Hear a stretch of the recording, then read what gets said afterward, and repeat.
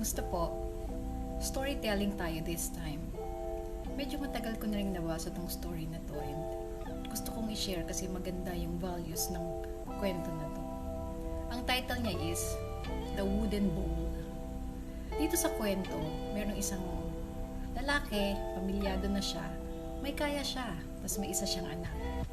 Tapos, kinupkup niya yung tatay niya. Good, di ba? Pero dahil matanda na si tatay, pag kumakain, messy, nalalaglag yung mga kutsara, plato, madalas nababasag. So they got irritated sa mga clumsiness ni tatay.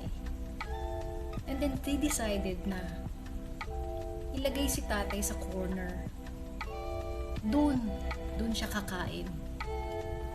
At ang masakit pa nun, binilihan nila ng plato at kubyertos na gawa sa kahoy para daw hindi na mababasag. Tapos pag nalaglag man yung mga kubyertos, hindi maingay. At nakikita ng 4 years old nilang anak yun. Tapos one time, lumapit si Apo kay Lolo, sabi niya, "Lo, how are you?" Tapos si Lolo tumingin lang doon sa bata, tapos lumuluha siya habang kumakain. Nag-stick sa mind ng bata yung ganung ginagawa ng mga parents niya kay Lolo. One day, nasa isang store yung mag-daddy. Tapos naghahanap siya ng mga toys. Then si daddy naman, nagkukumpuni ng something, yari sa kahoy. Tapos yung mga chips of wood na nalalaglag mula doon sa kinukumpuni ni tatay, ni daddy niya, iniipon niya. So sabi ng dad niya, "Saan itatapon na natin yan kasi scrap na yan?" Sabi ng bata, "No dad, iipunin ko sila.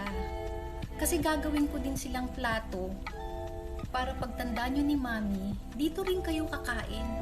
Katulad ni lolo, para hindi maingay, hindi mababasag, at hindi madumi sa table natin."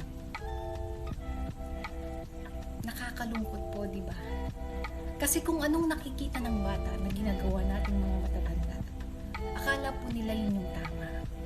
So ano pong lesson ng story na to? Mahalin po natin, alagaan at irespeto ang ating mga magulang. Kasi kung ano po yung ginawa natin sa kanila, malamang ganun din po ang gagawin ng mga anak natin sa atin pag tayo naman ang tumanda. So sana po may natutunan kayo sa kwento kong ito. Have a good day, guys. Thank you.